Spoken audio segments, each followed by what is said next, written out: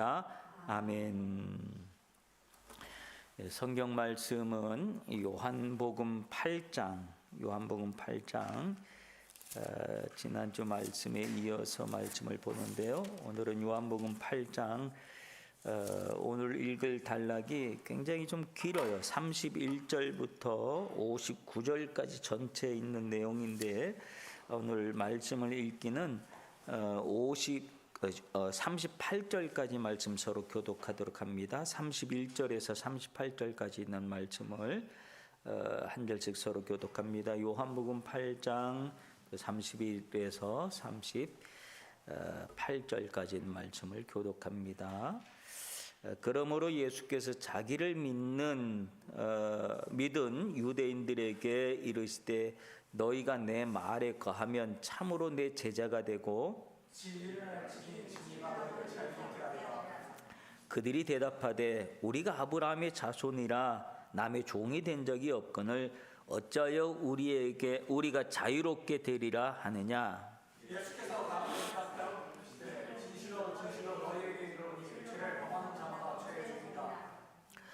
종은 영원히 집에 거하지 못하되 아들은 영원히 거하나니 그러므로 아들이 너희를 자유롭게 하면 너희가 참으로 자유롭다. 나도 너희가 아브라함 자매 자손인 줄 아노라. 그러나 내 말이 너희 안에 있을 곳이 없으므로 나를 죽이려 하는도다. 나는 내 아버지에게서 본 것을 말하고 너희는 너희 아버지에게서 들은 것을 행하느니라. 아멘. 말씀의 내용은 계속되어지지만 읽기는 오늘 59절까지의 내용을 함께 봅니다. 오늘 여기 보면 예수님이 유대인들하고 대화를 나누는 장면들이 나와 있는데, 여러분 혹시 이 본문의 내용을 조금 천천히 읽어보셨는지 잘 모르겠지만, 본문을 읽다 보면 유대인의 입장에서 이 본문을 계속 읽고 그렇게 하다 보면 유대인의 입장에서는요, 예수라고 하는 인물이 등장을 했는데 예수님이 막 기적을 일으키고 행하는 건 좋아요. 막 그건 눈으로 보이는 거니까 병자가 낫고 막 오병이의 기적이 일어나고 하는 건 참 좋아요. 막 그거는 너무너무 행복한 일이고 막 눈으로 확인되는 일들이 있지만, 근데 예수님이 말씀을 하실 때 말씀의 내용들이 귀에 거슬리는 내용들이 참 많은 거예요.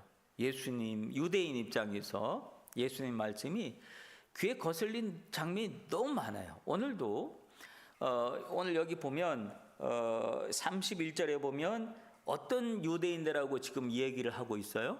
그냥 예수님을 적대시하고 있는 유대인들하고 얘기하고 있는 것 같아요? 아니면 예수님께 좀 옹호적인 마음을 가지고 있는 유대인이라고 얘기하는 것 같아요? 31절을 한번 보세요. 31절에 뭐라 그래요? 그러므로 예수께서 자기를 믿는, 그죠? 자기를 믿는 유대인들에게 하고 얘기를 나누는 거예요. 그러니까 유대인들 중에서도 예수님을 적대시하는 사람이 있고 예수님에 대해서 긍정적이고 옹호하는 그런 그룹이 있다는 거죠. 똑같은 유대인이라도 다 같은 유대인이 아니라 서로들 입장이 달라요. 근데 오늘 이 예수님하고 대화를 나누고 있는 유대인들은 그래도 예수님에 대해서 긍정적이고 또 예수님의 말씀을 잘 받아들이려고 애를 쓰고 있는 유대인들하고 얘기를 하는 거예요. 본문의 내용이 그렇죠? 그래서 상대하는 유대인들이 그렇죠? 이제 우리 같으면 이 사람들이 나하고 좀 나에 대해서 긍정적이고 나를 좀 믿어주려고 하는구나 라고 하면 어떡할까요? 이 사람들의 마음을 좀 잘 맞춰서 더 요거는 잘 차분하게 설명도 해주고 그렇게 해서 이렇게 데려가면 좋겠는데, 오늘 예수님의 말씀을 쭉 읽어보면 그런 게 아니에요. 예수님이 자기에게 긍정적인 사람인데도 그 사람들 유대인들에게 귀에 거슬리는 단어들을 예수님이 막 의도적으로 막 하는 것 같아요. 첫 번째 그들의 귀에 거슬렸던 내용이 뭔 것 같아요? 진리를 알지니 진리가 너희를 자유케 하리라고 하는 자유라는 말에 그들의 마음에 딱 걸렸어요. 자유라고 하는 말에 마음이 걸렸다고 하는 것은, 자유는 우리가 자유케 돼? 잠깐만, 내가 누구로부터 자유케 된다는 얘기야? 그러면 거꾸로 얘기하면 내가 지금 묶였다는 얘기인가? 누구한테 묶였다는 얘기인가? 내가 종이 되었다는 얘기인가? 사람들은 자유라고 하는 너희들 진리를 알지 진리가 너희를 자유케 할 거야. 그 진리에 대한 자유를 얘기하니까 금방 든 생각이 우리가 누구에게 종된 적이 없어. 우리는 아브라함의 자손이야. 그러면서 이제 막 반발을 탁 하는 거예요. 첫 번째 반발 막 해요. 그러니까 아브라함의 자손이야. 그리고 아브라함의 자손인 거에 대한 유대인들이 갖는 전형적인 자긍심이에요. 유대인들은 가장 큰 자긍심이 뭐냐면 나는 아브라함의 자손이다라고 하는 이 생각을 가지고 유대인들은 아주 당당하게 살아가는 사람들이에요. 내가 누군지 알아? 나는 아브라함의 자손이야. 나는 아브라함의 자손이야. 이 생각을 가지고 막 살아가고 있는데 예수님이 아브라함의 자손이라고 말하는 그들에게 예수님이 뭐라고 얘기하냐면 그래, 너희들 이 37절에 보면 나도 너희가 아브라함의 자손인 줄 안다. 그러나 내 말이 너희 안에 거할 것이 하나도 없구나. 네가 아브라함의 자손이라며. 그런데 아브라함의 자손인데도 불구하고 내 말이, 예수님의 말씀이, 하나님의 아들인 예수님의 말씀이 너희들 안에 거할 것이 하나도 없구나 라고 얘기해요. 그러면서 하는 얘기가 만약에 아브라함의 자손이라면 아브라함 행할 일을 할 것인데 아브라함은 너희들처럼 그렇게 행하지 않았다. 아브라함은 너희들처럼 행하지 않았다. 그리고 40절에 그렇게 얘기하고 있죠. 아브라함은 이렇게 하지 않았다. 이렇게 얘기하니까 그들이 가장 큰 자긍심으로 가지고 있었던 아브라함의 후손, 아브라함의 자손, 이걸 예수님이 그걸 툭 건드려 놓는 거예요. 그러니까 가장 큰 자긍심이 무너지고 나면 사람이 갑자기 돌변하는 거야. 나를 무시해도 이렇게 무시할 수가 있나? 그래도 내가 당신을 믿어보려고 애를 썼는데, 그래도 내가 당신을 긍정적으로 생각하고 하는 일이 참 고마운 일을 많이 하고 많은 병자를 고치고 그렇게 해서 내가 믿어주려고 애를 썼는데 나한테 이렇게 말할 수가 있어? 그러면서 아브라함의 자손이라고 하는 사실에 대한 사실, 그 자긍심을 예수님이 다 무너뜨린 거예요. 아브라함의 자손이라고 하면서 너희들 하는 행동이 그거냐? 그리고 막 다 무너뜨렸어요. 그랬더니 이 사람들이 무슨 이게 화가 나기 시작하냐면, 더군다나 아브라함의 자손이라고 얘기하다가 나도 안다 그랬다가 예수님이 심지어 먼저 시비를 더 거는 것 같아요. 어떤 시비를 거냐면 44절을 한번 보세요. 44절. 아브라함의 자손이라고 자긍심에 가득 차 있었던 그 사람들한테 예수님이 뭐라고 얘기를 해요? 44절 읽어보세요. 시작.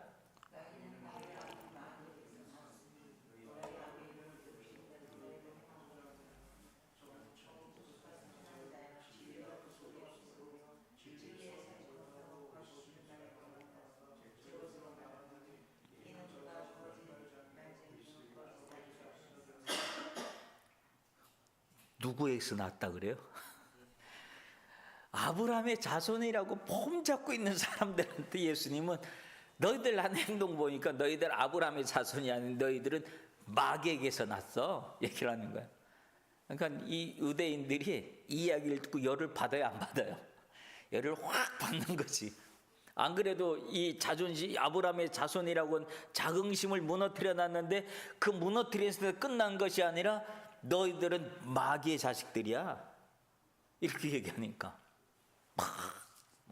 열이 막 날대로 난 거야. 그러니까 이들도 어떻게 대항하는 줄 알아요?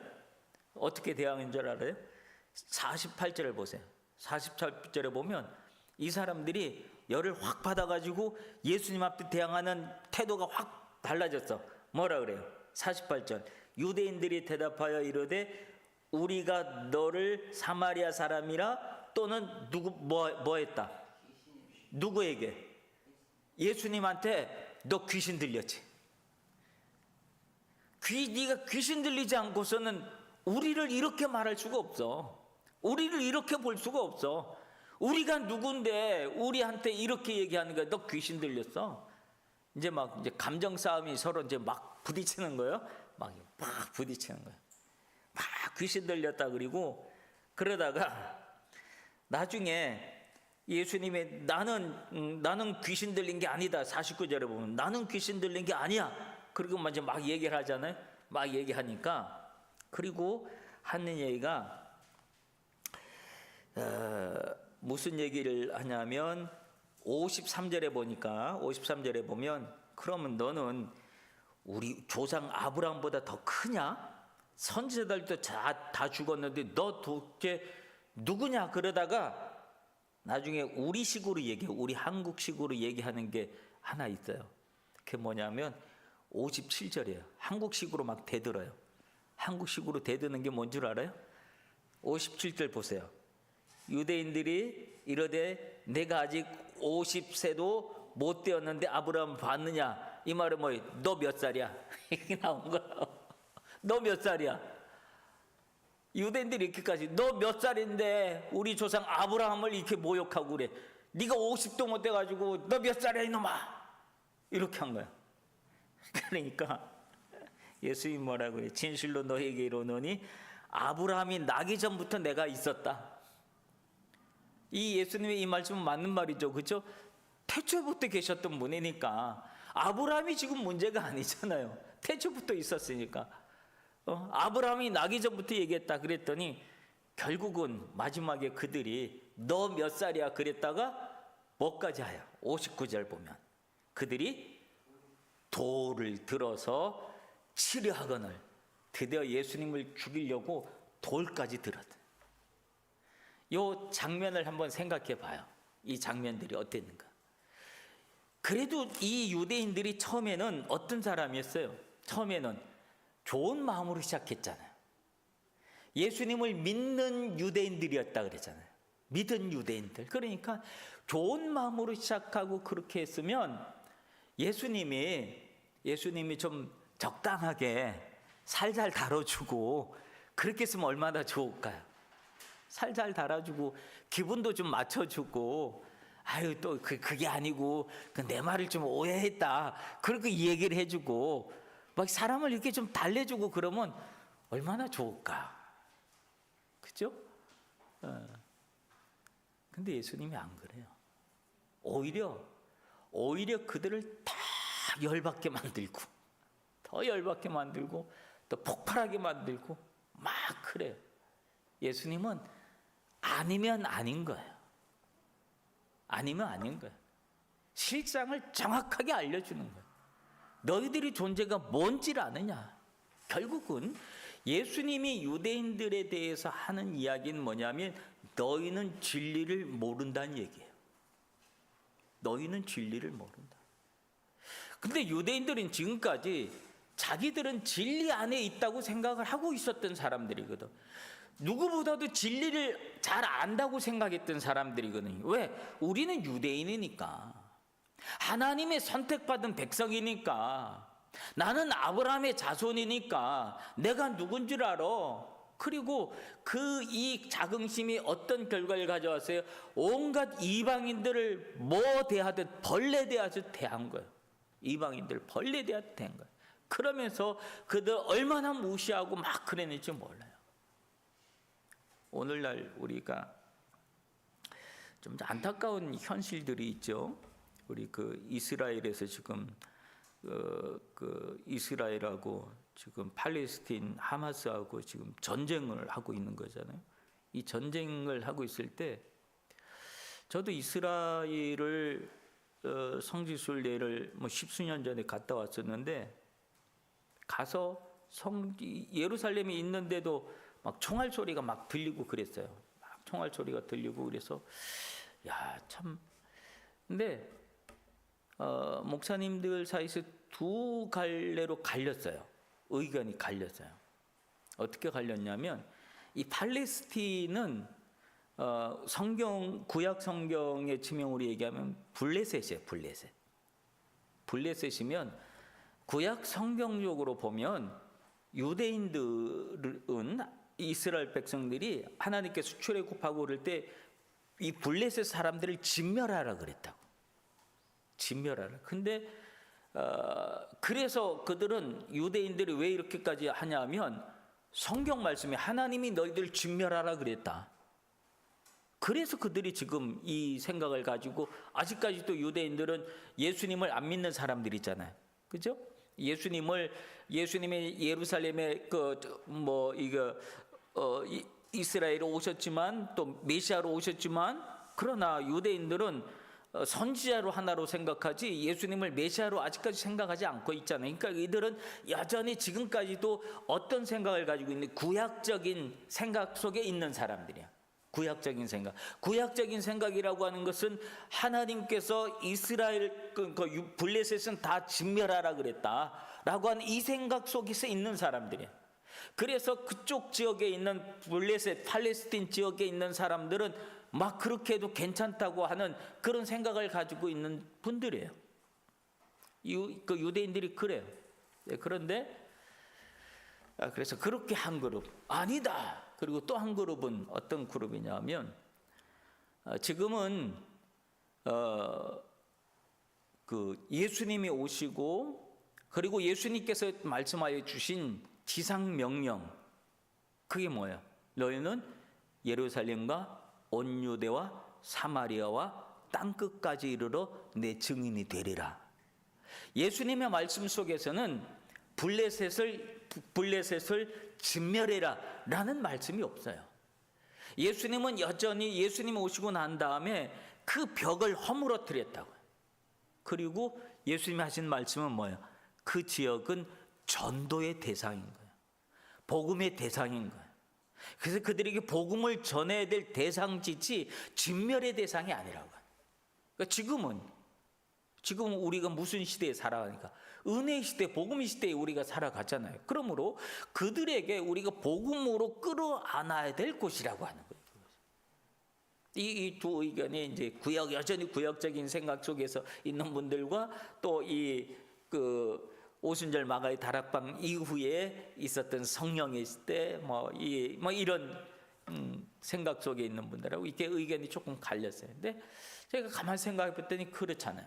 지금은 구약의 시대가 아니라니까 예수님이 이미 도래하셨고 메시아가 이미 도래하셨고 그런 시대에 우리가 살아가는 거예요. 그래서 그들을 향해서 우리가 그리스도의 사랑으로 어떻게 품어주느냐 이게 가장 큰 문제이고 숙제이고 또 해야 될 일인 줄로 믿습니다. 그런 거예요.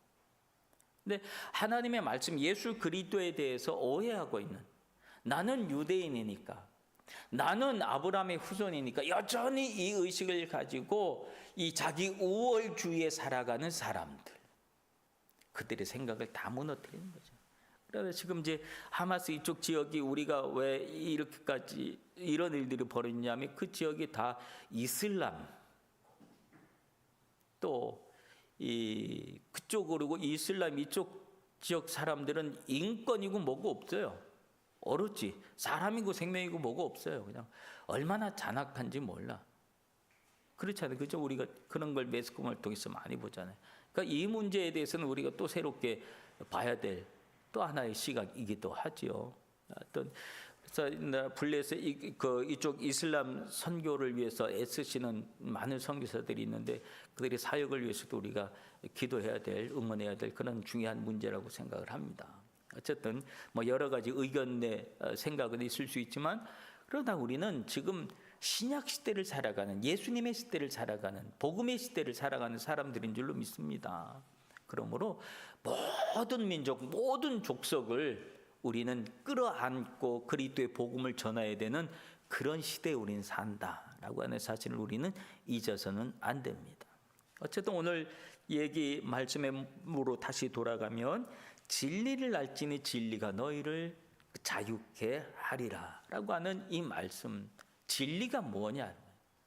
진리는 변하지 않는 것이 진리고 그 변하지 않는 것은 예수님은 곧 뭐라 그래? 내가 곧 길이요 진리요 생명이다 그래. 그러니까 진리라고 하는 것은 예수 그리스도를 얘기하는 거예요. 예수 그리스도 안에 있는 사람은 그때서야 자유한다는 거예요. 예수 안에서 진정한 자유가 있다는 거죠. 근데 예수 믿는 사람들이 진짜 자유하는 것처럼 보일까? 자, 보일까? 예수 바깥에 있는 사람들이, 예수 믿는 사람들, 그리스도인들이 자유하는 것처럼 보일까? 라고 하는 걸 생각해 보면 바깥에 있는 사람은 예수 믿는 사람들처럼 불쌍한 사람들이 없는 거예요. 주일날 어디 놀러를 제대로 가나? 또 뭘 하나? 하여튼 걸리는 게 되게 많아. 마음대로 살지도 못하고 뭐 하지도 못하고 누리지도 못하고 즐기지도 못하고 우리가 그리스도인으로 하지 말아야 될 일들이 너무 많잖아요. 그러니까 이런 모습들을 보면서 야, 나 교회 안 나갈란다. 나 그리스도인 되면 나도 너희들처럼 그렇게 살아야 돼? 아니, 나 그렇게 못 살아. 난 내 하고 싶은 대로 살 거야. 막 그러면 막 살아요. 아까 오전에 그쪽 니아마 교회 이야기했지만 그들이 그리스도인이 된 그 지역에서 그리스도인이 된다니까. 나 그런 의미에서 우리 니시노 집사님 정말 존경해. 그 가족들이 얼마나 귀한지 몰라요. 그 믿음을 가진 그 모습이 얼마나 귀한지 몰라요. 진짜 그런 존경하는 마음을 갖고 그리 와서 당할 수 있는 모든 이 힘든 일들 이런 걸 다 당할 각오를 하고 그리스도인이 된 거잖아요. 그래서 제가 그러므로 바깥에서 보면 자유 안 하는 오히려 억압된 사람들처럼 보이는 거예요. 근데 그 바깥에서 여러분 물고기를 한번 쭉 보세요. 물고기를 보면 물고기들이 자유롭게 보여요.